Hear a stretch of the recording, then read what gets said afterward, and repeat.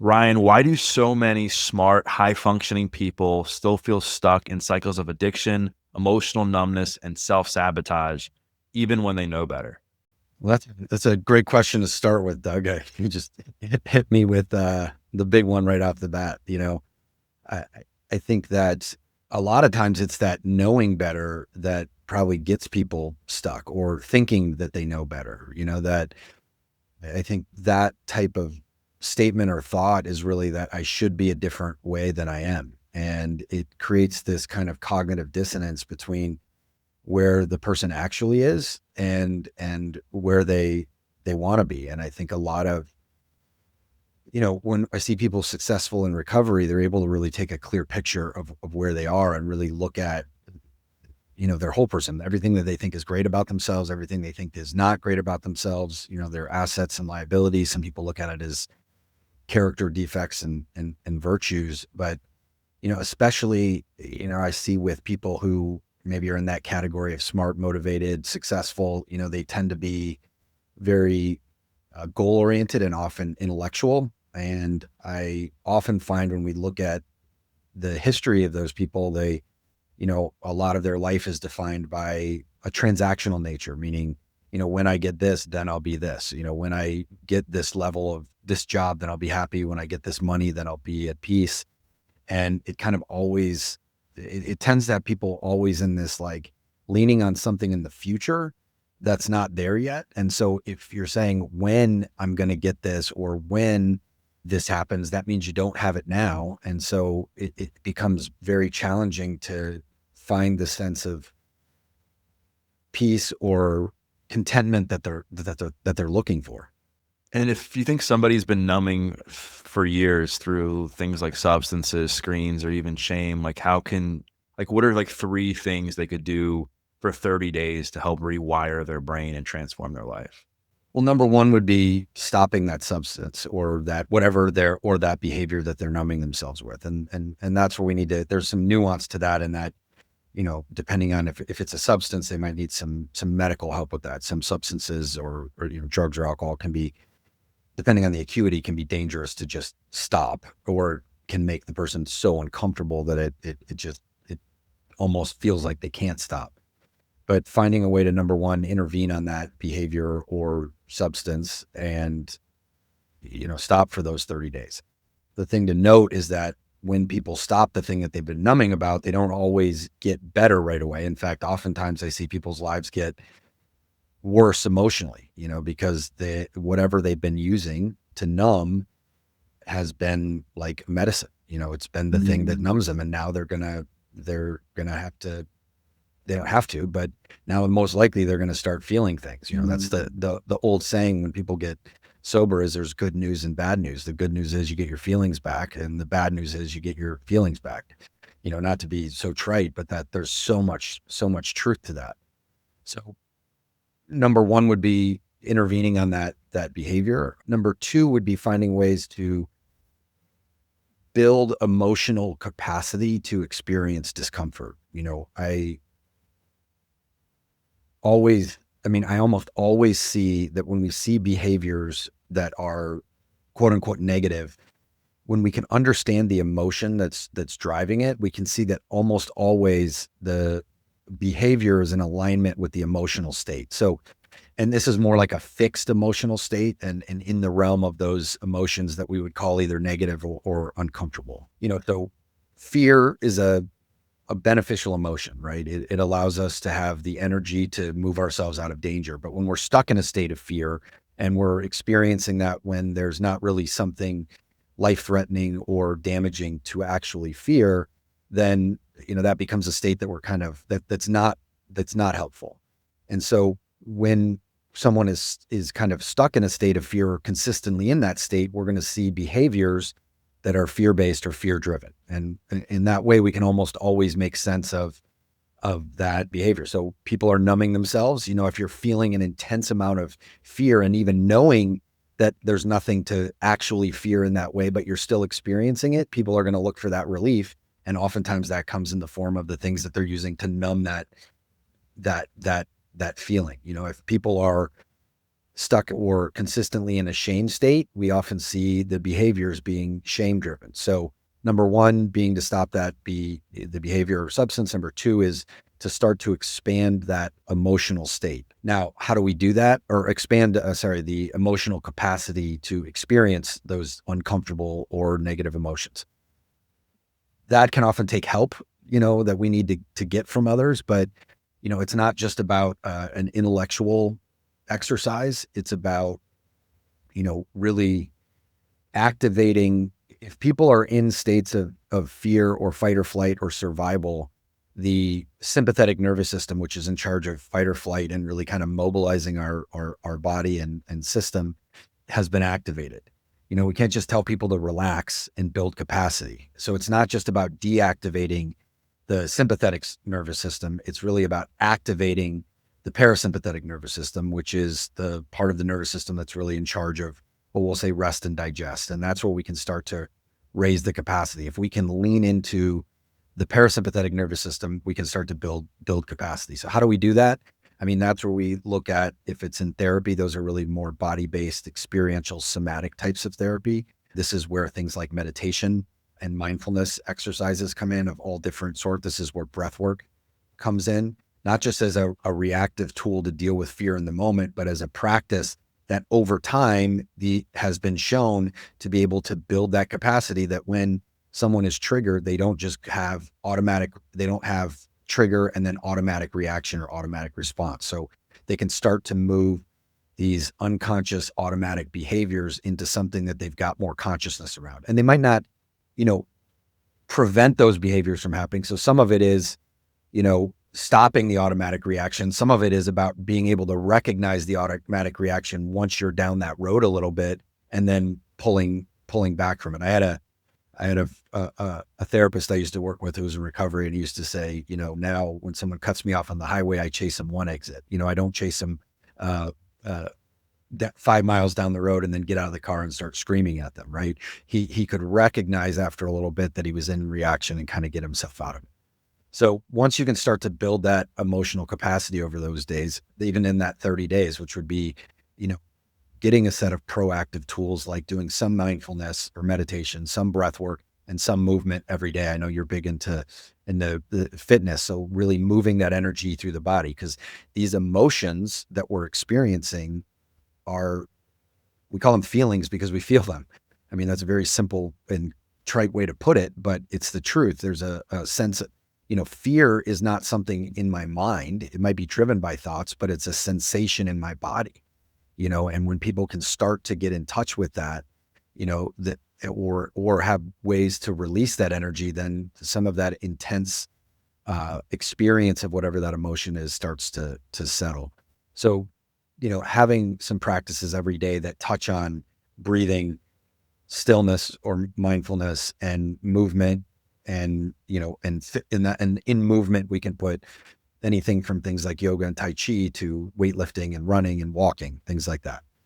And then the third thing was to really, I think that you asked for three things. I think a third thing would be to really start to become aware in a better sense of these emotions that drive you and the behaviors that you want to go to. So really starting to track and understand, on a daily basis, what is my emotional state? What am I kind of, and based on knowing myself, what am I maybe in danger or at risk of experiencing that day? Like I already know today that I didn't sleep well and I'm experiencing some stress.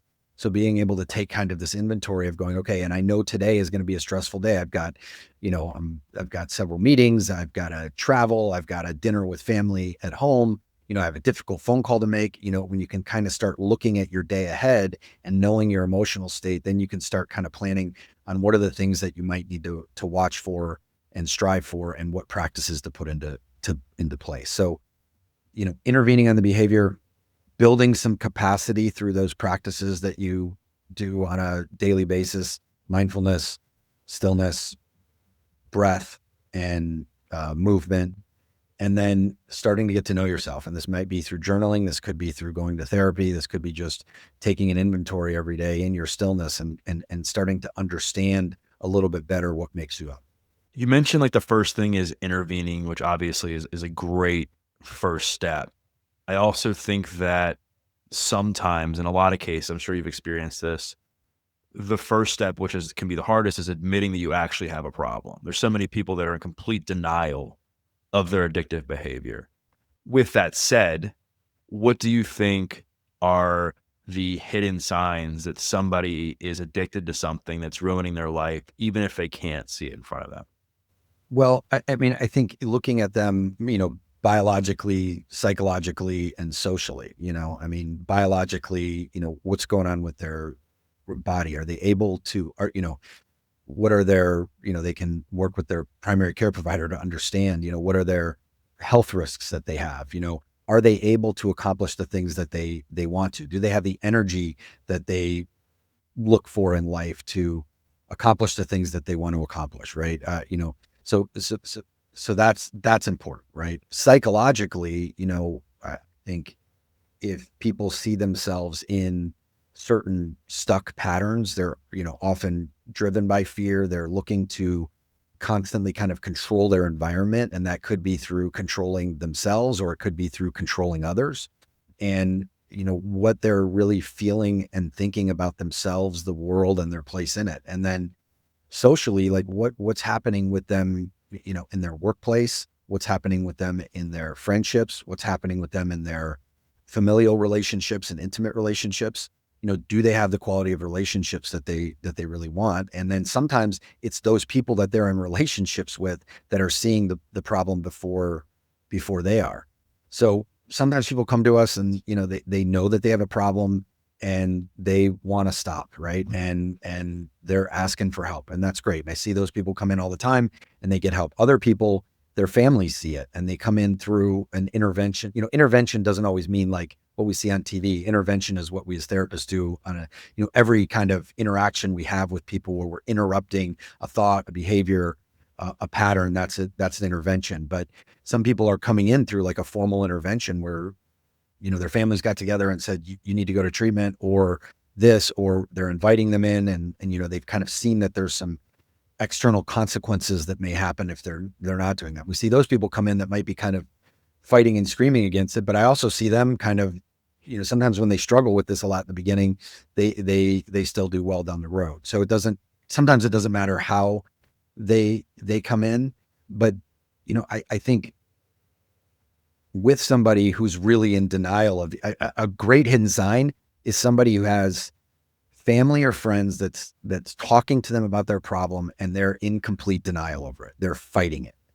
If I have 5 people in my life that I love and trust telling me something about myself and how I'm acting in the world, that's feedback that I might want to take. And if I'm really pushing back against that, that's probably even more of an indication that I need to take a look at it. It might not be that it's the drinking. It might not be that it's the specific behavior they're happening, but there's something there going on. That's where I think we can take a kind of make the hoop a little bit broader for people to kind of to get help. And that could be telling them, like, listen, you might not see that if let's say it's drinking, you might not see that you have a problem with that, but why don't you try for 30 days to stop and see what happens? Are you consistently thinking about it? Are you trying to maneuver your way around the feelings that you're having around it? So, and that can be information that we get, but I think we have to look really at the whole person and look at what's happening internally and externally. I don't know if that totally answered your question, but No, it didn't. Here's $1 million question. I love these.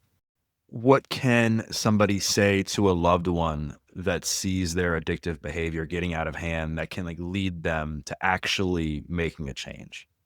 Somebody called me and asked me that same question the other day. I get that a lot. They want to know what's the strategy and what are the right words to say.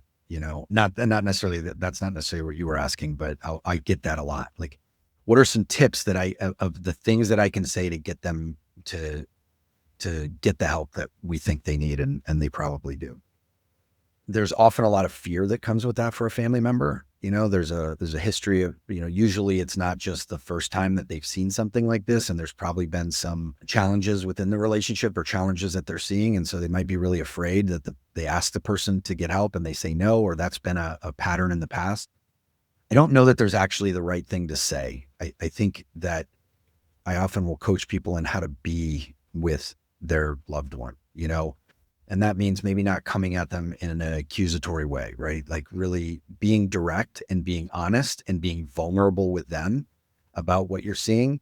And also knowing that if you just ask them and they say no, a no today isn't a no tomorrow necessarily. There might be a process involved. I'll get people that will call and say, I need an interventionist. And they may, and I'll ask them, have you asked your husband or your son if they'll get help? And often say, no, I couldn't do that, and know that I can't do that is a sign that there's some challenges probably within the relationship. And so I think that there's, assuming that the person's not in a like immediate risk that they need to go to the hospital, like they're going to die that moment, then you call 911 and you get the authorities or the ambulance or the paramedics involved. But outside of that, asking them, being open, being direct, being vulnerable, sharing, and coming from a loving space. And that doesn't mean that you're making the behaviors okay, but understanding that this person, if you really know this person, you probably know that deep down that they don't want to be living the way that they're living if this is what you're seeing. They just might not see that there's another way, and it might be very terrifying for them to let go of the thing that's helped them survive. Numbing, like you talked about in the beginning, isn't just about numbing. I mean, maybe people start that way because it's fun and they're in school and they're with friends and they're just numbing out and having a great time. But like numbing over time is really about medicating something that's really painful. I've come to this realization just through having different conversations on the podcast and my own introspection that I think one of the main reasons it's so hard to recover from addiction is kind of what you just said. It's the fact that for years you have this substance or thing that's been numbing you from all of your pain. And then you get to this point where typically when people are getting into recovery, their life isn't amazing. Their life is typically falling apart, right? Self-esteem's in the ground, low self-confidence, stuff's happening in their life they don't like. They have to give up that thing that became the solution for all of their problems. And now they're at ground zero with nothing. No self-confidence, no self-esteem, no substance to numb the pain. Then it's like, how do you find hope in those moments to keep going and to keep moving forward? And so where I'm going with this is if you had somebody that came to you and you were going to structure their day one, sobriety, recovery, for them to be successful, what would their day look like? And what types of things would you want to see them do every single day? I think some of this goes back to the three things that we talked about there, making sure that there's some time for stillness, for breath, for movement, even if that's a few minutes at a time. I never want to overwhelm people and say, now you need to come in and you need to spend hours a day doing these things and setting up such a rigid structure that sets up people to fail, that we make these little micro movements and small steps, getting moving in the direction one small step at a time rather than trying to make these wholesale changes. I am a huge fan. I mean, let's assume that this is someone that didn't need to go to treatment right away, or they're coming out of treatment and they're in the world. I'm a huge fan of recovery groups, whether that's a 12-step group or the many other myriads of groups that people can go into. I think that the benefit of that is being in a social environment of people who are doing a similar thing. You find hope in those rooms. Movies and television do a terrible job of portraying what, like, if we just take a 12-step meeting, like an AA meeting, they do a terrible job of portraying those. They look like the worst. I mean, when I see those in a TV show or movie, it looks like the worst place someone could go, right? They're sitting in a dark room. They all sound like they just are trying to hang on and get by that day.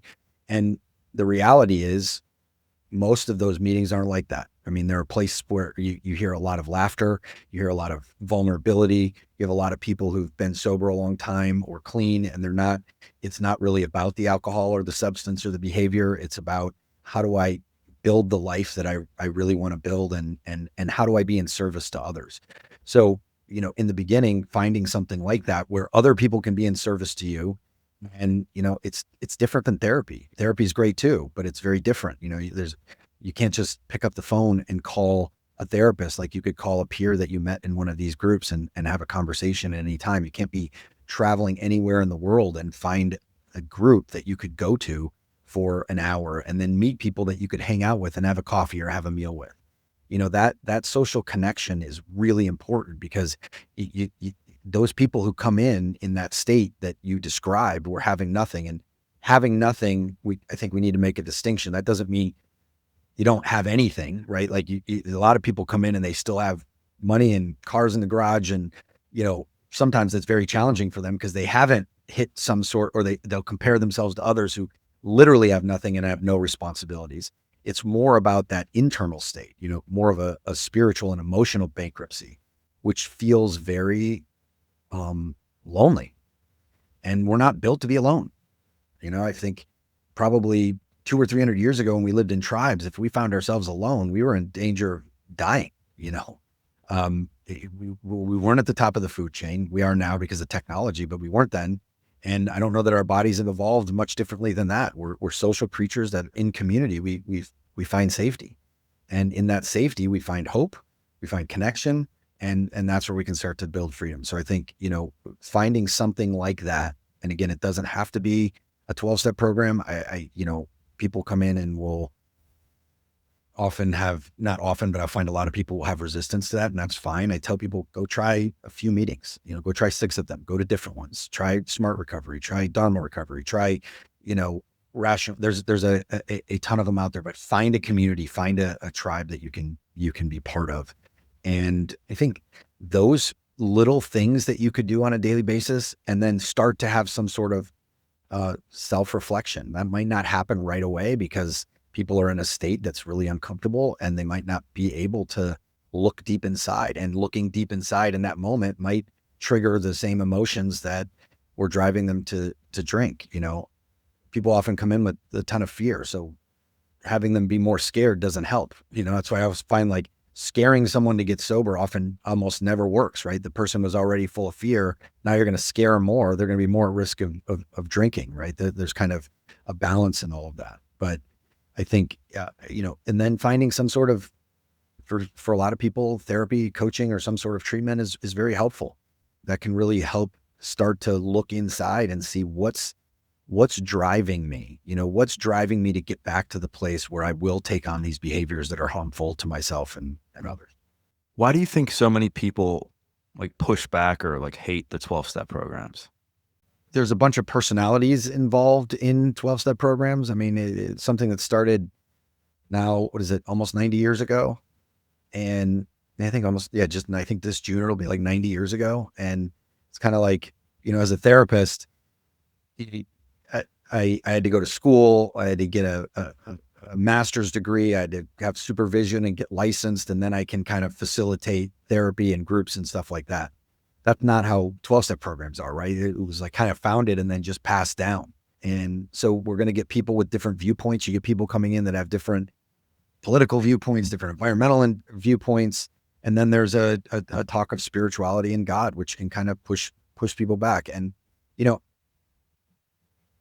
I don't think, and can make people feel like there's a dogma attached to it. When you really look at some of the original literature, there's not really a dogma. They'll say, we don't have a monopoly on this. Try this. This might not be for you. Not exactly those words. And there's really kind of, as I said earlier, like a broad hoop that people can jump in and find their way. You don't have to adopt a religion. They do talk about spirituality and God, but that can be substituted with the whatever someone's comfortable with, whether that's nature or the environment or the religion that they grew up in and they want to return to or stay in. I also understand that people push back against it, and that doesn't mean that they need to, it's not the prescription for everybody.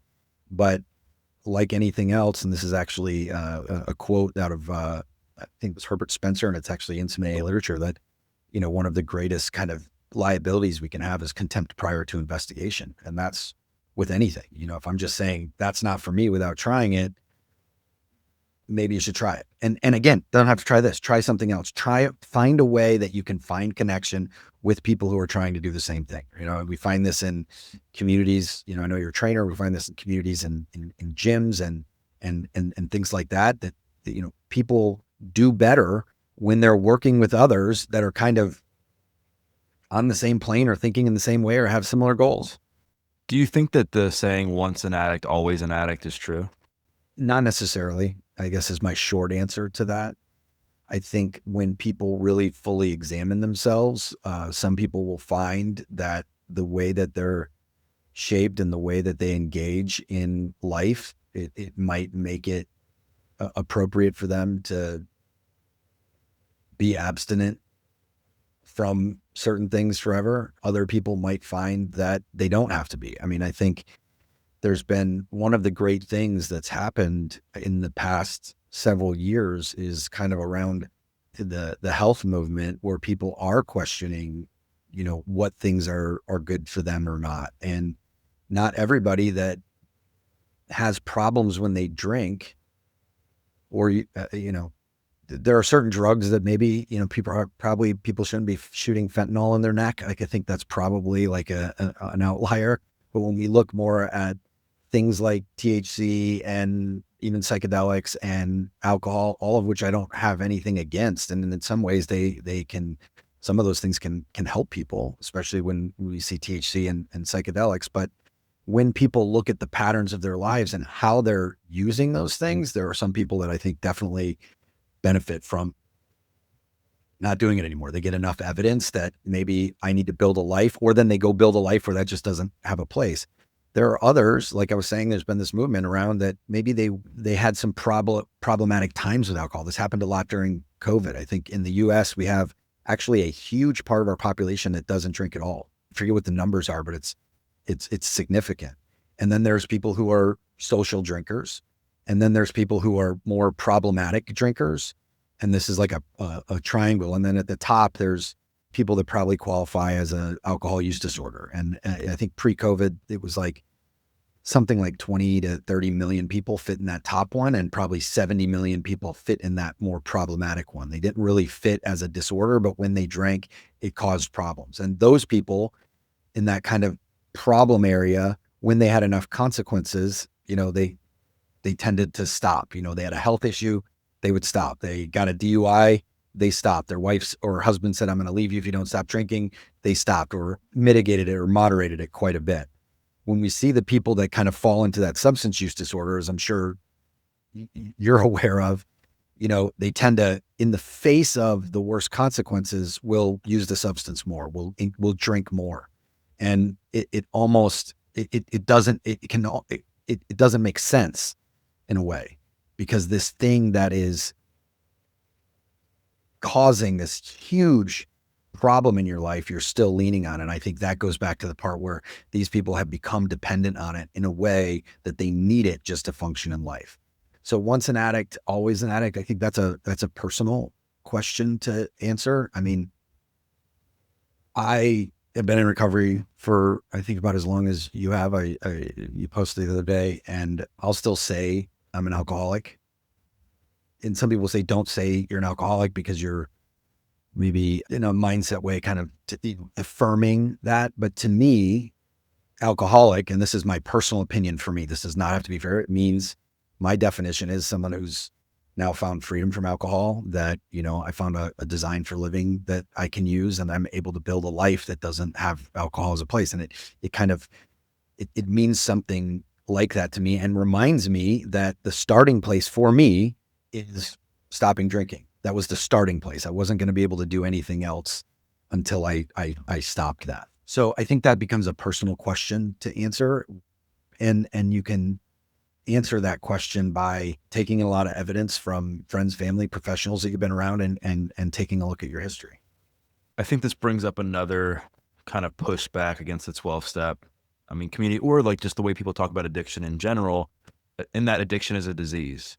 And I feel like, personally, I feel like when you label something like that, I feel like it can inhibit growth. I feel like it can lead to shame. It can lead to more stigma, and you feel like you're just kind of stunted a little bit and you can't move forward in life because you have this thing. I know Gabor Mate's been on here a few times. His work's been very instrumental in talking about, that addiction is essentially a response to trauma. I know you do a lot of work with trauma as well.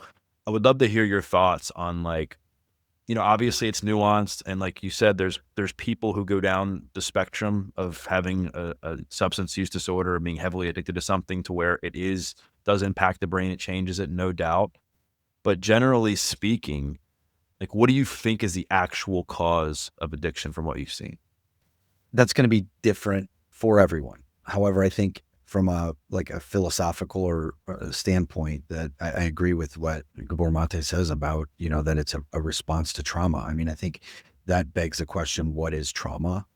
And I like to broaden that definition significantly, that it's not just single events that happen. And, there's a lot of work around this where people talk about more of relational and developmental trauma that people are experiencing in their relationships. And I would say how we're shaped in our formative years, our early years, especially, as younger kids and up through teenagers. We call them our formative years for a reason. That's when our brains are forming. That's where our ideas of relationships and how we attach are forming. It's where our ego is forming, and not ego in a negative sense, but like the way that we view the world and the way that we're going to survive it. And when we experience really significant challenges in those early years, it can shape us in a way that we're seeing the world in a very more fixed way. And when I see the world this way, the reality is when I'm in a relationship with you, Doug, even though we might be aligned in many ways, you're going to also have a way in which you see the world. And oftentimes when I'm seeing it in a very fixed way, I don't have room for the ways that others see it. And then I don't feel like I fit in as well. An example I often give is like, if we think about, we're probably close to the same age, like if you think about Michael Jordan, when he was playing basketball, I don't think anybody argues he was one of the best ever and probably the best when he was playing. He also had an impact on culture, right? People will say this guy's the Michael Jordan of podcasting, accounting, right? Nobody says that about anybody else, right? It's like and if we could suspend our disbelief and think that for a moment that the only thing he knew was basketball, like that's all he knew. He didn't know that there was any other sport. He didn't know that there was any other field. He didn't know that there was any other sort of uniform or team. Like all he knew was basketball. And he became the best in the world at playing basketball. And when he got out there, he could play with anybody, defeat anybody. Right? Ultimate confidence, he was a competitive person. So that's all he knows, right? But then let's say we pull him off the court and we put him on a football field. If all he knows is basketball and someone throws him the football in the football field, what's he going to do with it? He's probably going to start dribbling it. And when he starts dribbling that football on the basketball field, that football, and he starts dribbling it on the football field, he's going to look crazy and probably feel crazy, right? And then he gets the ball passed to him again. It didn't work the first time.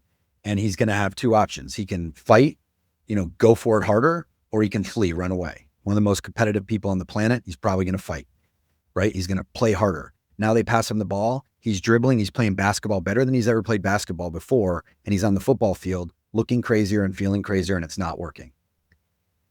It doesn't fit the way he sees the world, the way that the strategies he have, they just don't fit. It's going to cause a huge amount of stress.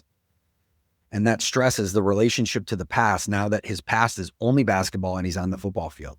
Now, if we pull him off the field again and we say, listen, Mike, this is football. And we explain the rules to him. We explain the field to him. We explain everything else. Now we put him out there. He can at least play. He's not going to be the best at the world at it. And maybe he could get to that point, but he's definitely not going to be the best at first. And he doesn't have to throw away everything that he's known in the past, right? He's still got hand-eye coordination, conditioning, teamwork, competitiveness. He's got all of these things that the way to see the field he can use, and at least he can play. And I think that's what happens with a lot of people who come in, or the majority of people who come in that are having really a problem with drinking or drugs, is that they're playing the game of life the way that they had to play it earlier on in life to survive. And it's not fitting in with the way that they're playing now. So I talked about earlier, guys that were successful or women that are successful, I deal with a lot of guys like this, that they view all their relationships as transactional. Like a very successful guy who can run a company, he can make decisions, he can be a leader, but his relationships, his intimate relationships are falling apart. He can't keep a good relationship with his kids. He's really good at these transactional relationships and not really great at emotional, intimate, vulnerable relationships. When we peel back his history, we often find that that's how relationships were modeled for him. He was given a role in the family of being the hero. He was, his parents' emotional state was based on how he was doing, and kind of was assigned this role of, I need to accomplish to be loved. That's not everybody's message, but that's a message. And now is employing that in the world, and it works where it works in his company. It works, but it doesn't work at home. It doesn't work in friendships, right? It'd be like taking the really great football player and after the game on Sunday, he just keeps playing football the whole week. He comes off the field and he keeps tackling people, keeps sprinting. He's going to be exhausted and tired, and people are going to probably hate him. And so it's a matter for a lot of people of understanding how they were shaped. This is where we get into trauma. What shaped them? And it doesn't have to be shaped in such a negative way that you hated your parents or they were really bad or you were in an abusive environment. It can just be understanding how we were shaped in a way such that we kind of have this fixed view and strategies in life that aren't working, that then create stress. And when that stress gets big enough, people look for relief. And if it's really big and constant stress, they're going to look for relief in things that work quickly. Going to the gym works, but there's a level of stress that it's not going to work or be sustainable for, because you can't be in the gym all the time. And people are going to look for things that work a lot quicker. And we've talked extensively about simple things people can do, steps they can take if they want to break free from addiction and kind of regain control of their life. When it comes to trauma, I know trauma, you've talked about trauma in the context of that as well, but I know trauma can be much deeper than that as far as like the impact it has on the brain and just relationships, etc.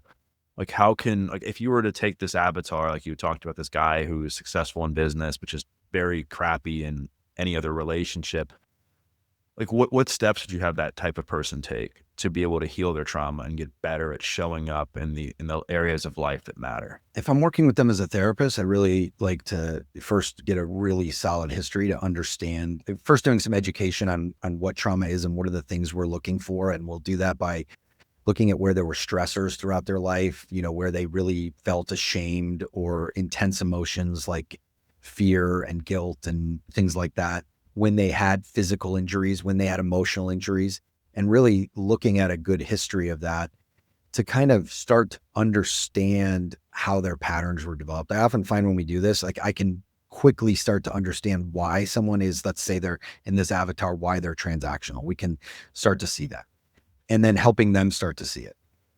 I don't think just understanding why isn't the thing that's going to heal them. I think that helps them to kind of make sense of some of their behaviors, to start make sense of things that weren't making sense. It helps me as a practitioner to really understand so that we can start seeing how those patterns are playing out later. If someone doesn't have a clear memory of that, or we're not able to totally get back into that, we can in some cases, it doesn't always matter where it came from because our memory isn't totally accurate anyway, but if we can just see that there's those patterns there, but it does help to kind of connect them, to kind of put them in a context. From there, really understanding what their body's response is when they're faced with similar, not just similar experiences, like I was in a car accident, so it's a car accident, but when they're in a state of conflict or fear, what happens in their body in a way, and what they're experiencing as far as sensations go. And really help them start to get in touch with that, because those sensations, which are often, if someone's living in a high amount of stress, they may not know it. They might have just lived in that state for a long time. There's people that have chronic back pain that are able to move around and play sports and do things like that. And if you took it and put it in my back right now, I'd fall on the ground. They've started to live with it and build a kind of ability to hold it. a lot of people have been holding that level of stress since they were very little and developed strategies to kind of release it and move through life.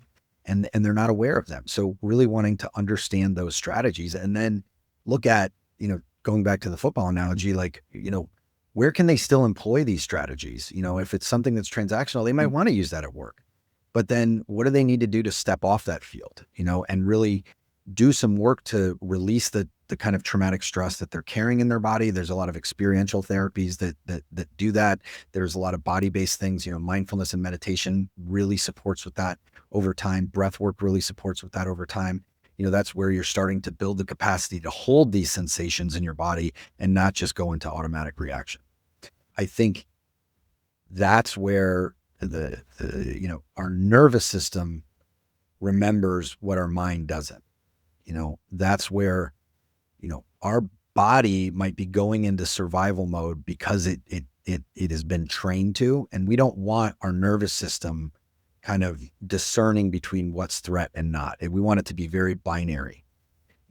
We have the ability over time, though, to build that capacity that we're not going into that threat just based on something, a fear that's perceived versus something that's actual. I think that our biggest challenge as humans is that we respond to discomfort as if it's threat, and then we react to it as if it's threat in some sort of fight or flight response, whether that's actually or in our relationships or, toward ourselves.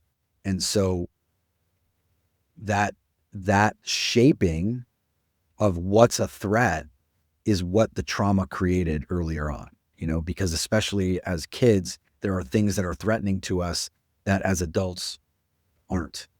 Abandonment for a 1-year-old is death, could mean death if their parents aren't taking care of them.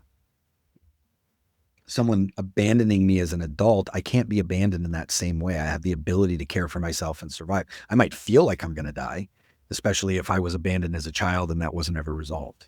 When it comes to like recovering from addiction and even like healing from things like trauma, I think one of the biggest challenges is people feel like a failure. They feel like their life has been wasted. They've made all these bad decisions. I know we've talked about, again, some simple things people can do, strategies, steps, etc. But what do you think is the best way, or generally speaking, a good way for people to help slowly rebuild their self-confidence so that they're not feeling like a failure, so that their past isn't taking control of them and they're able to like focus on what's ahead of them? I think one of the best ways is organizing yourself in a way that you can help others. When I was actually talking to somebody else about this today, that, my history, our history has a bunch of ingredients in it, and some of those ingredients taste really bad. But I was baking cookies with my 3-year-old last night, and we were putting stuff in there, like the sugar tastes great, but the baking soda is disgusting, right? Like you don't want to just eat a stick of butter, but you might eat the brown sugar and the chocolate chips. But taking those different ingredients, the stuff that tastes great and the stuff that doesn't taste great, when you put them together, you can bake a cookie that's amazing. And I think, we have these ingredients in our life, some of which we are proud of and some of which we're very ashamed of, that when we, put them, have kind of a recipe for success and put them together, that we can use that to be of service in the world. And I think that's the quickest way to kind of see that, my experience can really help others, that I might just be rightly fit to help somebody else that's been in my position, or just being in service, helping others in the world, doing, the old saying is, if you want self-esteem, do esteemable acts. And there's a lot of truth to that, and that you can start to see that every bit of that you might be ashamed of or feel guilty for can be rightfully used in the future. Before I let you go, I'd love to hear your thoughts. Are there any like myths or things you see regarding addiction recovery out there that just drive you nuts whenever you see them? First, I'd like to just touch on the thing we said, a disease of addiction. I think that, there is it's got two kind of edges to it. By classifying it a disease, it really helped it become a little bit more treatable by, in the 1930s, before the AA movement, basically people got, not that the AA movement is everything, but it was one of the largest movements for a long time and informed a lot of psychology later on. But people got locked up in insane asylums and got lobotomies. There wasn't like a lot of, there weren't treatment centers. There weren't like, it wasn't like, let's look at your trauma. It was, either stop on your own or we'll stop for you in some way. So I think that really supported at least starting to move some of the stigma away from it, which is, there's still a significant amount of stigma. The other side of it is, not everybody that has drinks problematically might have that disease, so it's kind of like a spectrum, so I think there's been good and bad that's come along with that. Some of the things that the myths or the things that bother me, addiction's a choice, just stop, get over it. If that were the answer, people would, we wouldn't be having this podcast. People would go to the hospital, they'd get it out of their system and they'd be done.